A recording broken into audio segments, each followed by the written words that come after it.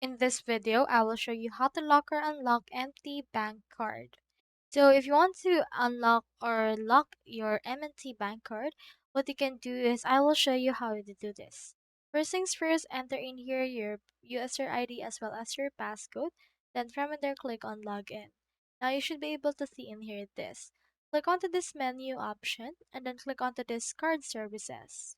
You can see in here this temporary lock and unlock a card.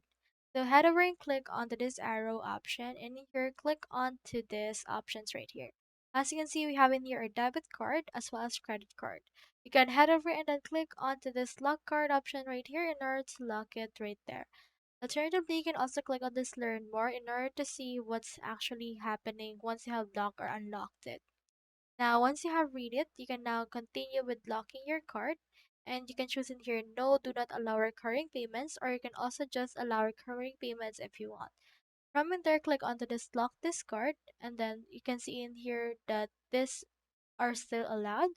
Click on OK and then click on OK option. And if you want to unlock it, head over and click onto this unlock card and click on finish. And then from in there, you should be able to unlock and lock it.